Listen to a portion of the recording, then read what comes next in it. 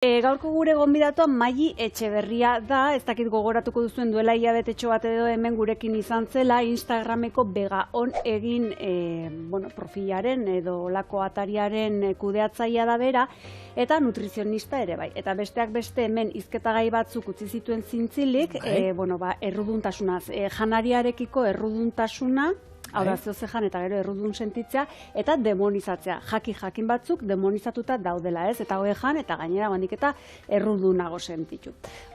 Berak jorratuko ditun gaiek hoi die, eta guk berari lagunduko diogu zerekin, errezeta batekin. Gogoratu Maili vegana dela. Honekin lotuta, nik prestatu duten errezeta die polboroiak. Horretik, zu Pamplona esango dezu, polboroia jaten zaudela, eta nire lana izango da polboroiak itia. Baina, hor ere vegana den horretan, pixka bere alorrera edo bildu behar da, edo eraman behar die polboroiak, eta horretarako ingo deu margarinakein. Ze kasualitatea margarina super demonizatuta daola. Margarina bai, Margarina oso demonizatuta dago. Horrin izan die, gurina edo margarina, eta margarina beti izan da, alde txarrekorantz eraman dena, edo kaltetuta atera dena. Baina, esan dakoa. Gaur prestatuko ditu polboroiak. Gaur, hemen mantekaduak egin ditu, eta mantekadua jaten ditu ez beti erruduntasun kulpa erori sentitzen du, eta janaria eta erruduntasun kulpa horiek eskutik juten die, ez? Batzutan askotan. Beti esango nuke gure gizartean behintzat edo gure kulturan behintzat, bai. Osa, zergatik, hori izati da? Nik uste beldurra hundiena dela gizentzeari edo loditzeari. Eta horrek dakarrela errua, ez? Bai, oso hain moralki askoz gorago da osasuntxu egotea. Bai. Eta orduan modan jarri da real foodin mugimenduakin besteak beste, eta orduan hori jaten badezu gutxi egozea, eta osasuntxu hori zalantzan jartzen da. Orduan, eta ze gogorra da nori, holan bizitza holan gora, ez hartuta, tentazio dauka hau jango nuke, baina gero bakit, buruei ematen ibiliko naizela, hausatik egin dut, zeratik, badago remediorik horren kontra, kirolaitea, erretzia, gehiago, ez? Ja, baina hori arriskutxo izan leike. Zeba? Azkenen ekintza konpentsatorio bat dalako. Osa, kirolaite badezu jandezun kulpa hori kentzeko, etzea osasuntxuki iten, nahi. Osa, kirolaite badezu gustatzen zaizulako eta ondo iten dizulako bai fisikoki eta bai mentalki zoragarri. Ino zure kirolaiteko helburua bada, bezperan jandako gehiegikeria horiek erretzea, ja hori ez da kondukta osasuntxu bat. Karo, hori ja zaude zerbait egiten derrigorra, ez da... Kulpa batetik eta beldur batetik abiatutako ekintza bada. Eta hori azkenean luzera, ezin du ondo bukatu horrek. Ez. Orduan zer da, dana neurria. Neurria, ez? Bai. Eta, eta ikastea jaten, eta jakitea zer jan alduen, eta, jakitea, honek ez da izen, pekatu bat esan dezago, txokolate, palmera txokolatezkoa, pusketa da, jango. Ero egun batzutako erostea, ez? Oso atena, eskenik bat osorik janin behar dut. Esken baina zita. Hori da, palmera bat. Eta besterik gabe onartzea eta gozatzea? Hori litzake aukera egokiena. Oso ona, bai. Hori litzake aukera egokiena, bai. Baina asko kostatzen da.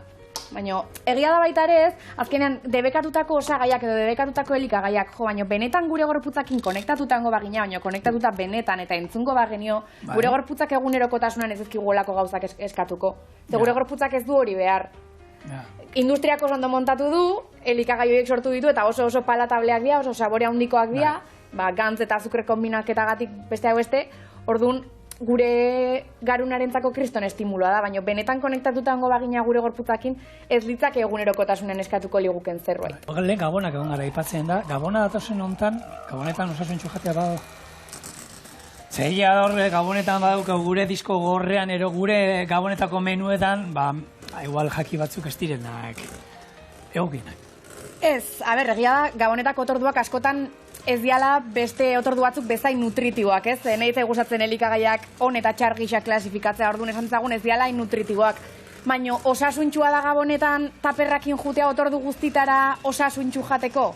Klaro, ez? Ze hor sartzen da puntu soziala eta familiarrak. Hori da. Orduan azkenen hor ere restrikzio bat da, orduan, onartu behar dugu gabonetan ez degula jango demagun martxoan bezala. Bai. Ez da erresa, baina onartu behar dugu, badiala familia otordu gehiago. Momentu zerbait puntuala dala eta onartu. Hori da. Bueno, gabonak eta gero ohiko izaten da baita dietak eta itiatazuk hor nabarituko zulu, ez? Osea, badaude urtean zehar momentu puntual batzuk, ez? Gara esaten, bueno, oporrak uda bukatu da, venga, dieta, gabonak, dieta. Oik, zer? Ez du zentzu askorik, ez?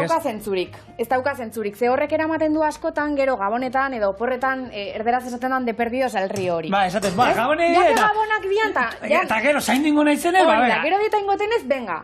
Egunero turroia eta egunero tableta bat, claro, urritik dauzkau turroiak supermerkatutan. Iraia. Ordun, claro, bueno, hasiko gea, eta oin hastian bat, eta gero hastian bi, eta ordun, claro, hori ere ez da dena edo ezerrez, ez da txuria edo beltza, neurri hartu bartzaio, eta azkenen zure gorputzak ere ez du nahi egunero turroia jaten ibiliz, ez dio ondo egiten.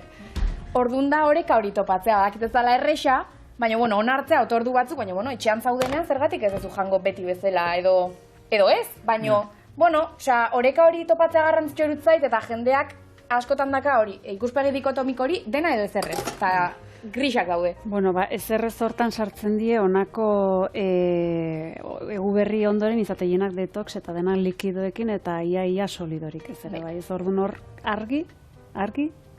Eta beti, profesional baten eskutan jarrita, ez? Gaur egun egia da, interneten eta zenbat sasi dieta dauden eta kontuzile behar da. Bai, informazio gehiagi dago eta askotan lehentzan informazio gutxigi eta bain sobreinformatuta gaude eta askotan hor aukeratzea ez da erresa, baina bai. Eta bati balideona, beste bati agien ez dira balio. Hori oikoa da, ez? Eta beti, profesionala izan arren, esate baizu, hau ona da mundu guztiantzako, ojo.